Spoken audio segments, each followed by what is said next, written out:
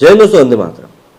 आज का समय ओटीटी का है और ओटीटी के कारण कई सारी ऐसी कहानियां हमारे सामने आ रही हैं जिनको कि देखना एक अलग ही तरह का एक्सपीरियंस होता है और साथ ही साथ इन कहानियों के जरिए अलग अलग राज्यों की कहानियों को भी हम तक लाया जाता है कि वहाँ पर किस प्रकार का माहौल है, किस तरह से लोग ढाले जाते हैं, किस तरह से लोगों का माइंडसेट होता है, किस तरह से ब्रेन वॉश किया जाता है।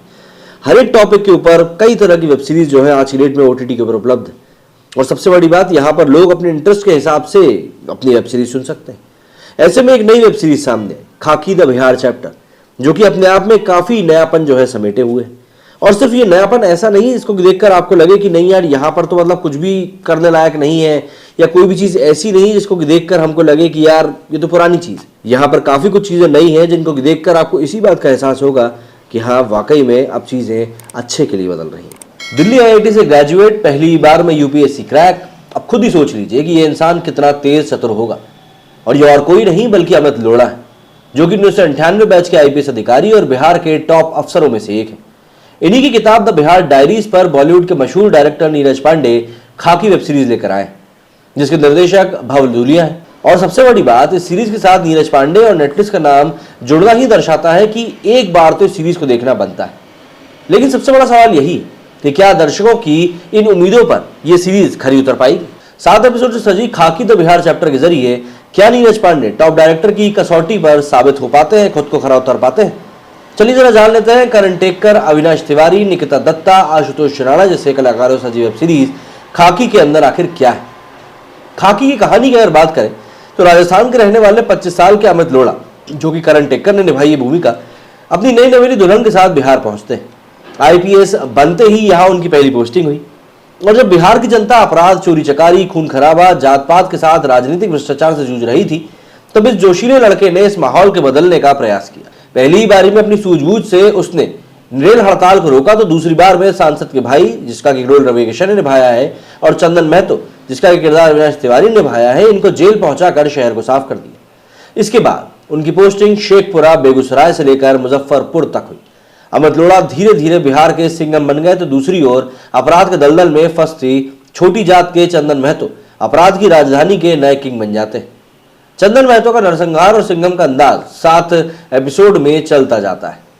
रवि किशन का रोल इसमें बात करें तो काफी छोटा है लेकिन काफी ज्यादा पावरफुल है।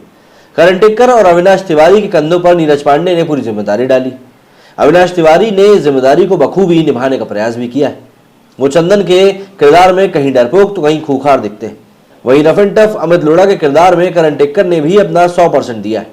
करण पहले भी नीरज पांडे के साथ स्पेशल ऑप्स वेब सीरीज में काम कर चुके हैं।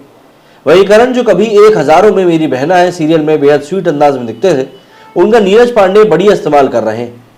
अगर एक्टिंग की बात हो तो आशुतोष राणा और ऐश्वर्या सुष्मिता की तारीफ करना लगातार बनेगा, जिन्होंने अपनी प्रतिभा से किरदारों में जान डाल दी।